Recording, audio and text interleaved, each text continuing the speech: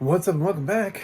I'm John Stark from AcTheMovieGuy.com, your favorite blind film critic, and this is a review of Another Simple Favor, which is currently available on Amazon if you have a subscription. It dodged theatrical release, it went straight to streaming, which is okay. I actually had the opportunity to screen this in theaters, and it was like right after Thunderbolts. It was like the next day, and I couldn't find anybody to go with me, so I didn't go. It would have been fun because it's like the only opportunity to see it, obviously, on the big screen. But I don't know that necessarily my accessibility needs would have been met.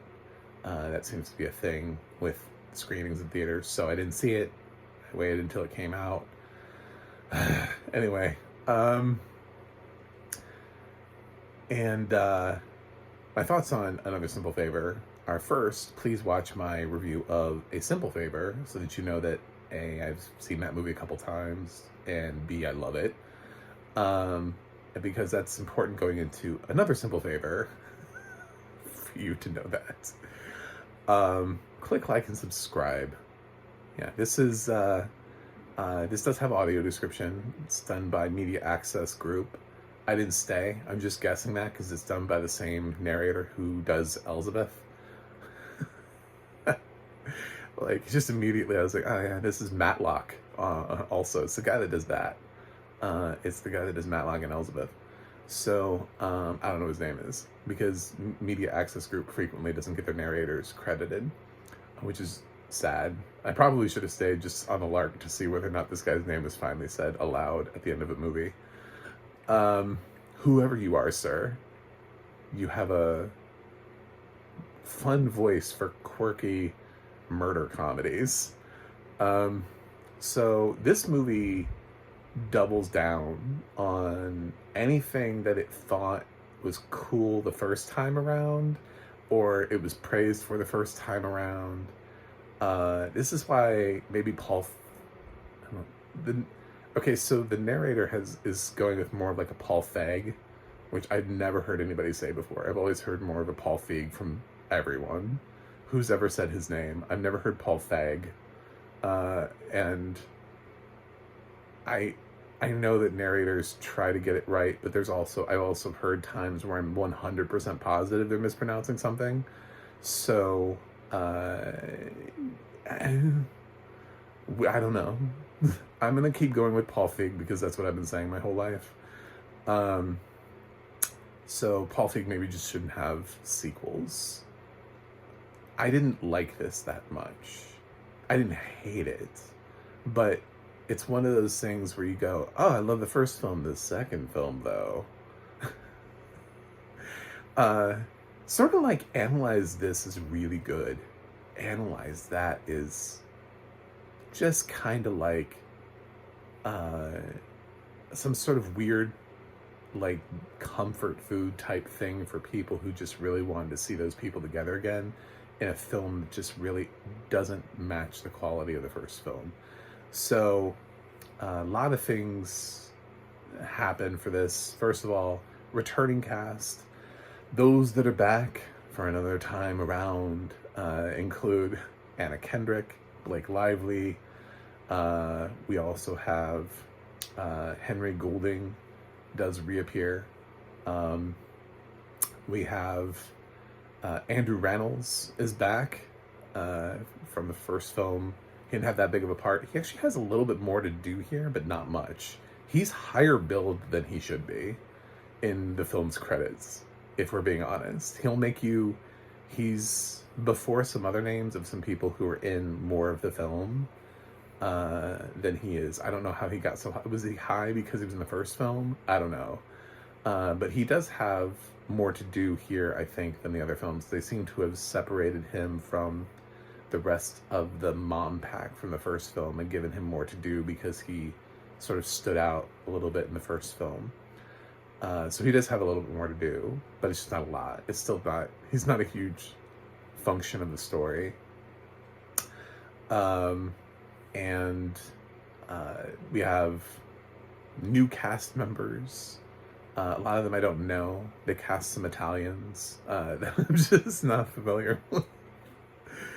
It's not not hugely relevant, but sort of like the big names that they brought in. Allison, Janney, um, Alex Newell is here. Um, yeah, I think those are.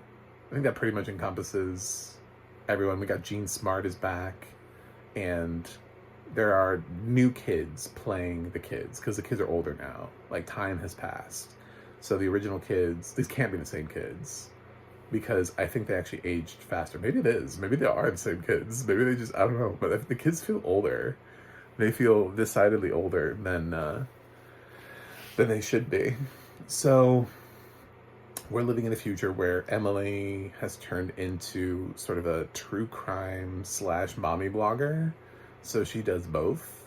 And she's been solving other true crime things, and she writes novels now.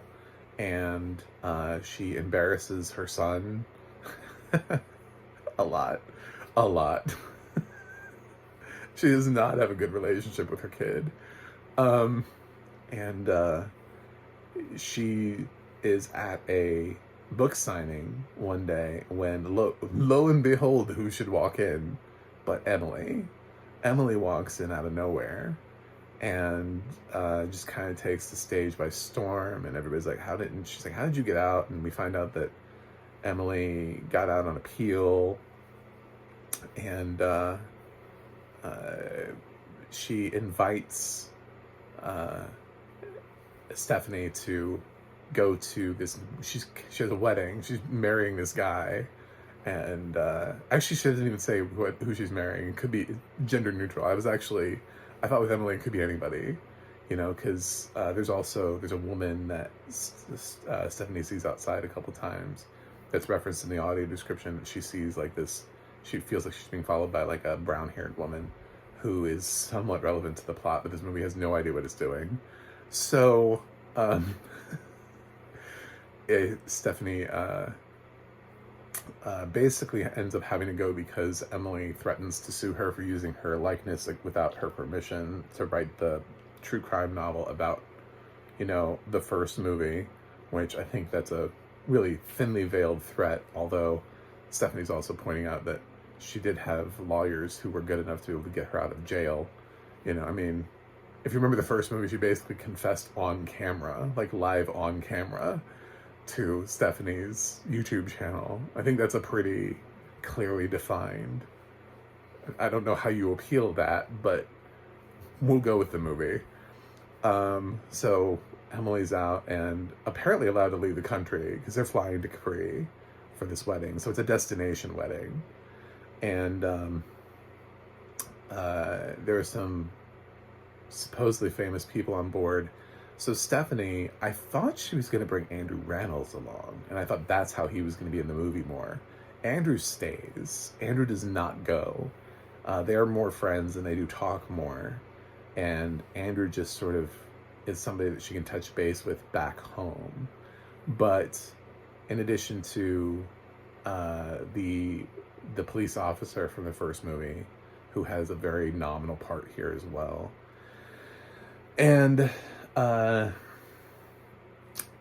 she has to go to Capri, and so she takes her book publicist or editor, whatever she is, Vicky, played by Alex Newell, in a brilliant swing of casting, and they use she, her pronouns for Vicky, for Alex's character, which is great for Alex.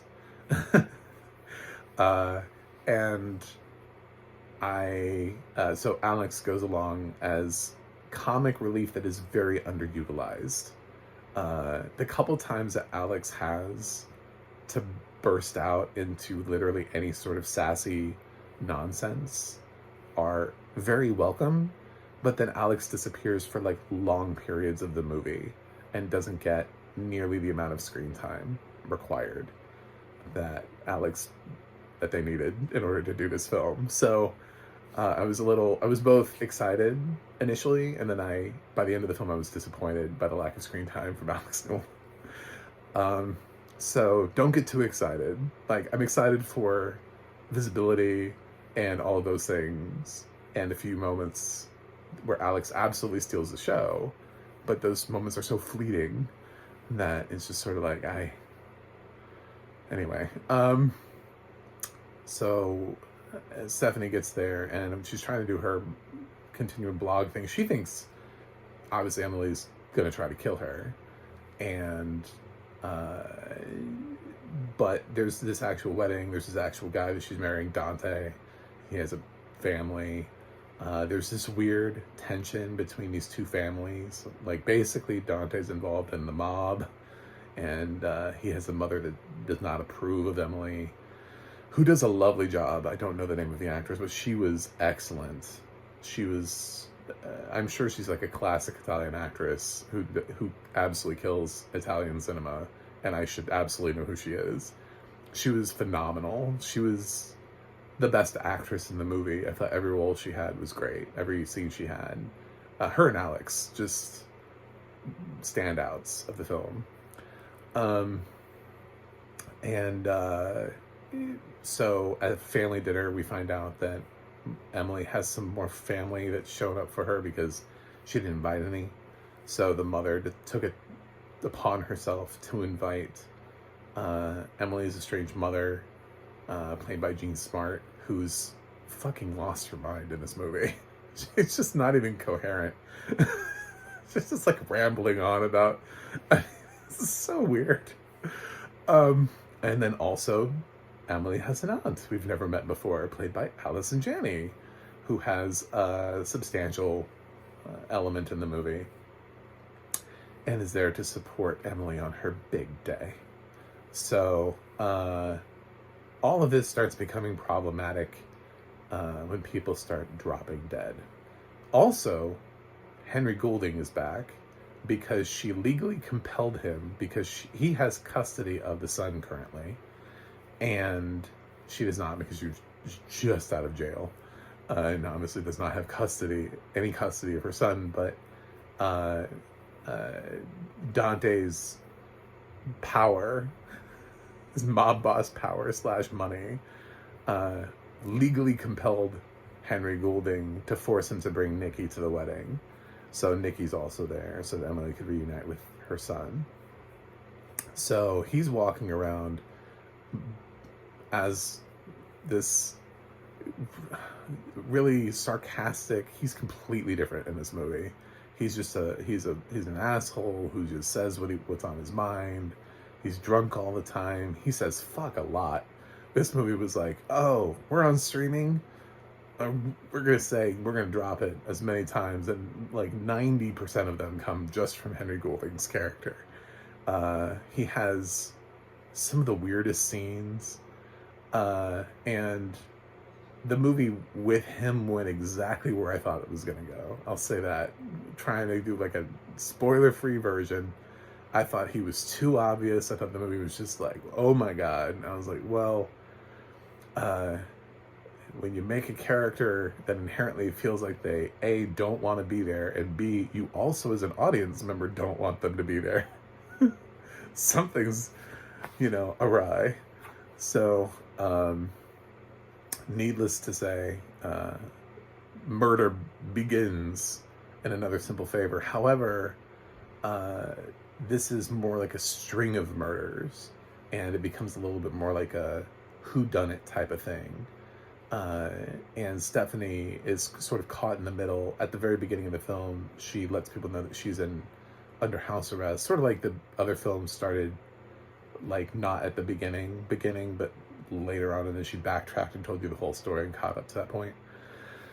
This one, she does the same thing. She's under house arrest, and she like explains it. And she's like, "I did not kill Emily. I just want you to know that." And at no point do you actually think that that's the case. I guess she's just throwing that in there to tantalize an audience at the beginning into thinking like, oh, this is no, like other shit is happening. A lot of other shit is happening in this movie. And it's throwing a lot out. And there's a convoluted plot to this that I guess makes sense. Because yes, there's this little thing that they mentioned in the first movie that they decided to turn into a giant, huge plot point for the sequel. And it's like, how well did you pay attention to the first film? Did you? Because if you did, I've seen the film multiple times, and I was kind of like annoyed by the twist because I remembered the twist. I was like, oh shit, god damn it. Anyway, it just I I don't know what they would do if they did a third movie. I didn't like this that much. I liked it only in that I thought Anna Kendrick did a good job. I thought Blake Lively does a nice job. She's uh, perfect again in her role. Uh, there's there's some stuff that she's asked to do as an actress here that gives her a little bit more range in this film than she had in the first film. So I liked her. Allison Janney has obviously been better in other things and is sort of given a one note character. Jean Smart is basically just drunk the whole time and it's not even funny like in Hacks. Henry Golding is just there to like be drunk and curse a lot. It's not a great performance from him, but I guess it's different than what he did in the first film, so that's why we should be happy. Andrew Rannells is dramatically underused, but he does have more screen time, but he can be funnier. He can be used more than that. So, yeah, Alex and then the lady that's playing the mother. There is this weird... you do find out who the brown-haired girl is, and they try to rope her in, but it feels extra. It just feels like it was unnecessary, like we didn't need it. By the end of the film, you're like, well, you could have cut that whole character out, and it doesn't even... never needed to be there. It's just sort of like a short-lived thing that they throw in there to like be able to give Stephanie some information. That's what it is. She's exposition. She's human exposition. So I don't know. This is one of those films where there's some stuff here, but also at the same time, I think a lot of it is in my disappointment going from the first film to the second film. Like, I really like the first film, and I think the second film was probably unnecessary. But even with, like, last year I reviewed both Analyze This and Analyze That to celebrate Analyze This's 25th anniversary. Even when I rewatched those films, I was like, I mean, there's stuff in Analyze That to like, and it's not like I hated the entire movie. So like I said, there's stuff here that I like. I think the two leads they came back with the same energy. They're just given a dumb movie to be in. And then as far as supporting characters go, we added 2 new characters. It's just Alex doesn't do much. And the Italian mother has some good scenes, but again, she's just a supporting character. There's only much she can do to help the movie. So the movie just kind of left to its own devices, and it doesn't really work for me. I just kind of thought it was silly in parts. It's a little bit much in others. It's extra, as the kids say. It's extra. So I can understand why this avoided theaters, because it probably wanted to avoid the attention of as many people as humanly possible, like critics. It's going to get critic attention, though, anyway, because it's a sequel to a movie that went theatrical. So, with the returning cast, it didn't matter whether or not it was going to go theatrical or streaming. It was sort of like a missed point. Critics are still going to review it because we review films that are on streaming anyway.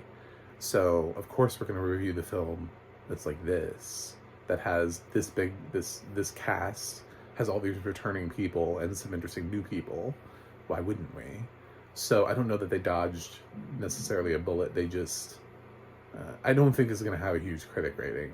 I can't imagine this is certified fresh on Rotten Tomatoes. So I haven't seen that many reactions to it. Obviously, it came out Thunderbolts weekend, which is a great weekend to throw a movie if you don't want anybody to pay attention to you. Throw it up against a well-reviewed Marvel movie.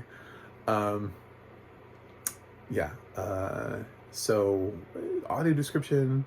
I like the choice of the narrator because I've become accustomed to the kind of film that he narrates and the kind of TV show that he narrates. I'm not used to hearing him on movies, but he works for this because this film has that sort of murder comedy vibe that shows like Matlock and Elizabeth have.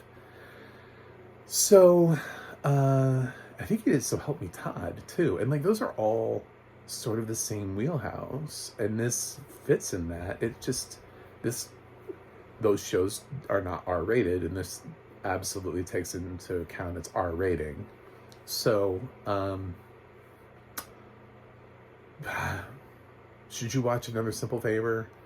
I guess if you have Amazon, you don't have to go out of your way for it. If you're a huge fan of the first one, I can't imagine that you're gonna say that this one was better. I think the twist is a little obnoxious, if we're being honest, and I think some of the screen time is squandered, and there are some extra side characters that either don't need to be there or just simply don't get enough screen time. So there you go. Another Simple Favor. I'm going to give this C+. I'll lean slightly positive on this, which I know would help to deliver a fresh rating for Rotten Tomatoes, which would help towards pushing it towards certified fresh, because there are things that I like about it. Like, yes, the two girls came back to play. Like, they showed up to do a real sequel. They're both here in fine form. I don't have a problem with either of them, with either Anna or Blake. I think they both did exactly what was expected of them, and I think some of the supporting cast was nice too. But man, this was the plot that we had for them. Weird. What a weird choice. People read this script and they were like, yeah, we don't have a problem with this. It sounds like a good movie. The audiences will love this. I watched this with somebody who left. It was at home. And they gave up. So, they're like, no. Okay. Anyway, that's it. Thanks for watching. Thanks for subscribing. And I'll see you guys on the other side.